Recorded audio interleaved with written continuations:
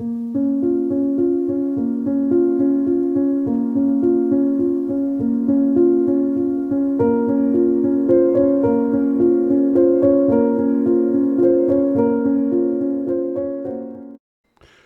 meus amigos e amigas do canal Monoteísmo Racionalista. Tudo bem com vocês?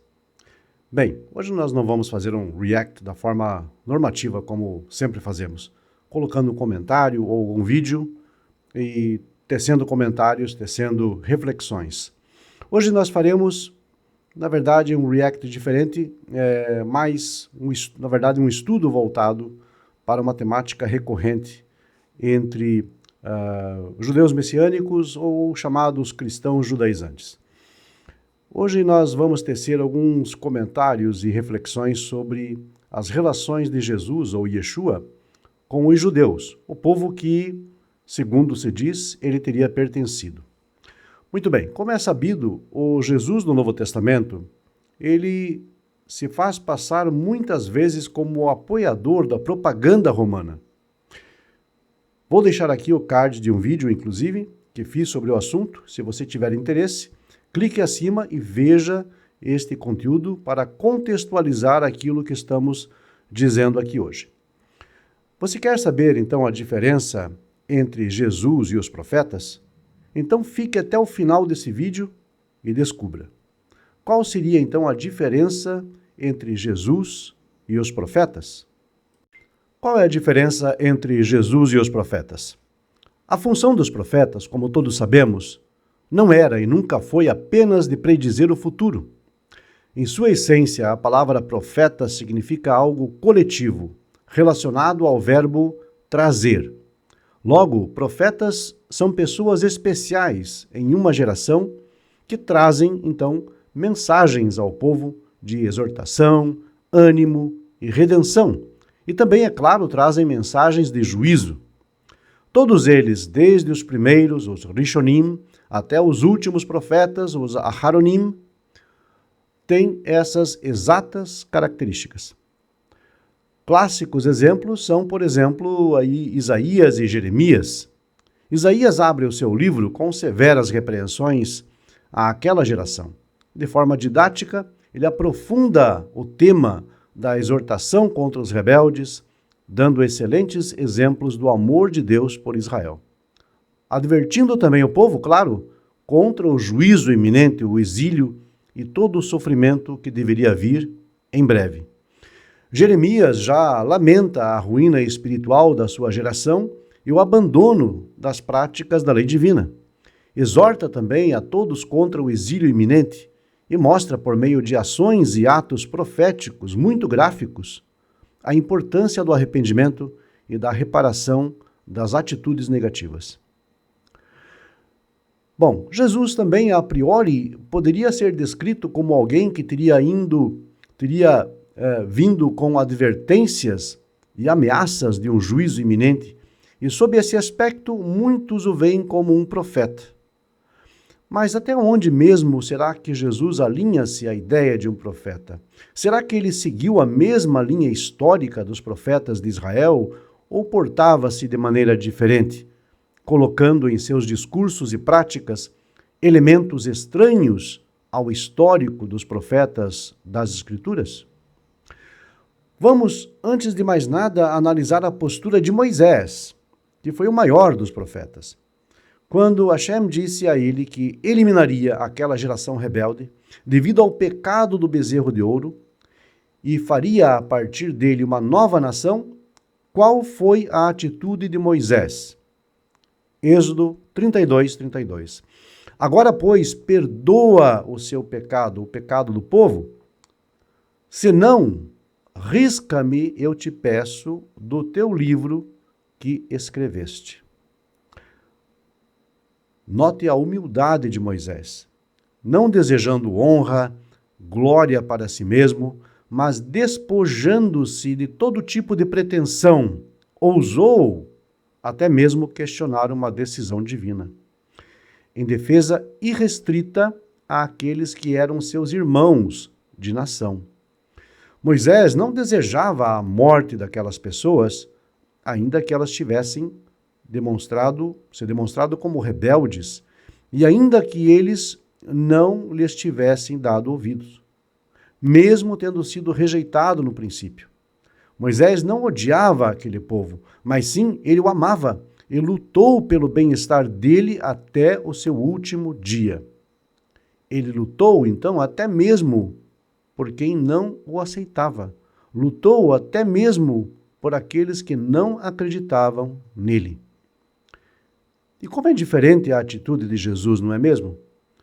Jesus revoltou-se e indignou-se várias vezes, mas não por alguma motivação nobre, e sim porque as pessoas em geral não aceitavam suas pretensões, as suas pregações e seus ensinos. Jesus nutria certo rancor pelas pessoas que não o aceitavam como seu rei Messias. Numa das suas parábolas mais famosas, ele alude a si mesmo como um homem nobre que parte para tomar um reino para si e voltar depois. Nesse meio tempo, segundo a história, seus conterrâneos mandaram mensagens ou mensageiros dizendo-lhe que não queriam que ele reinasse sobre eles. Na volta, o tal homem nobre ordena que seus servos eliminem aqueles que o rejeitaram. Nesta parábola, observe que as pessoas que não o aceitam como rei são chamados de meus inimigos. E que o simples fato de não o aceitarem deu lugar, então, à ideia de destruir aquelas pessoas. Seria isso mesmo algum motivo suficiente para isso? Seria isso um motivo suficiente para que os tratasse como seus inimigos? Será que eu me faço inimigo de certa pessoa simplesmente por não aceitar seu governo ou pretensa autoridade sobre mim? Será que eu mereço um decreto de aniquilação por simplesmente não aceitar a suposta autoridade de determinada pessoa? Julguem vocês. O Novo Testamento é claro, porém, que Jesus não se coloca como mediador de quem o rejeita, muito pelo contrário.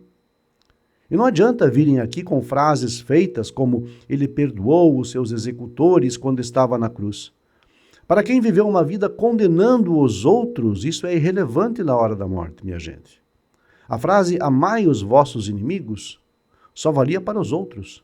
Quanto aos seus próprios supostos inimigos, o que ele exigiu foi aniquilação.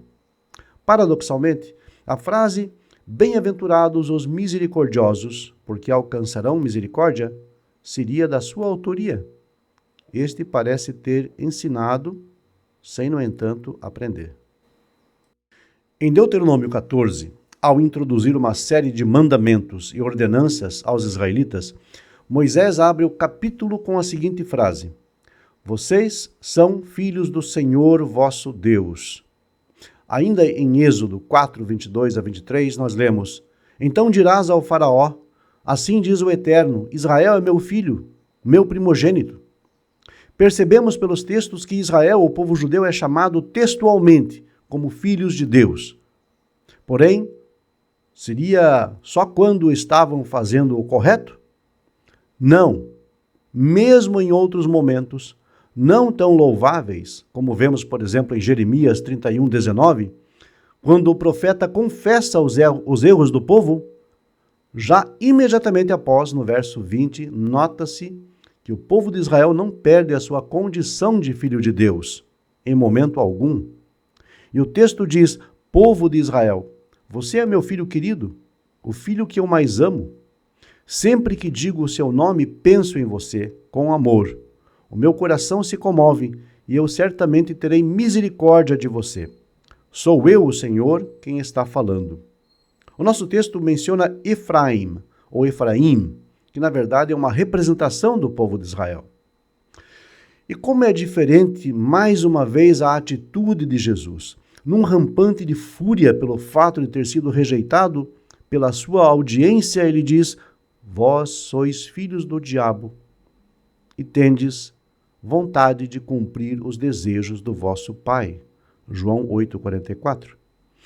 Mais uma vez, o que vemos é um egocêntrico exaltado, alguém que se enxergava como uma pessoa relevante e que deveria ser acatada ou aceita.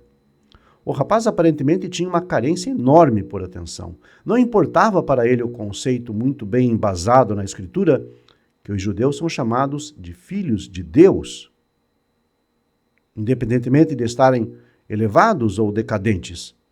O que importava era a sua agenda de ego, a gratificação dos seus anseios por reconhecimento e a satisfação pessoal de ser visto como mestre ou Messias.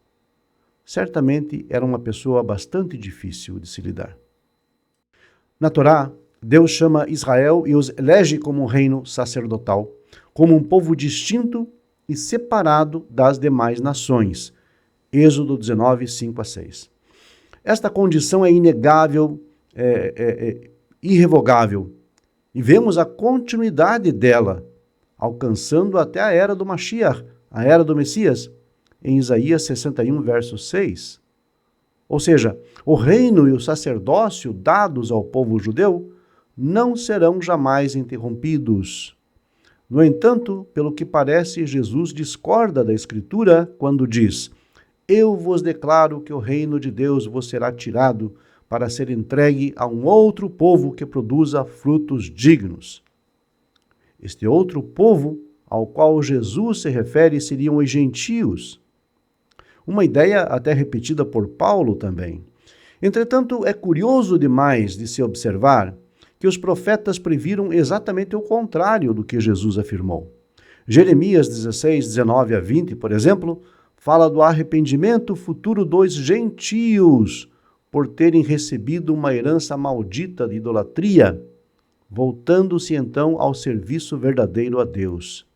Zacarias 8, 23 é outro texto clássico, onde percebemos que a passagem em si fulmina a tese de Jesus, de que o reino passou dos judeus.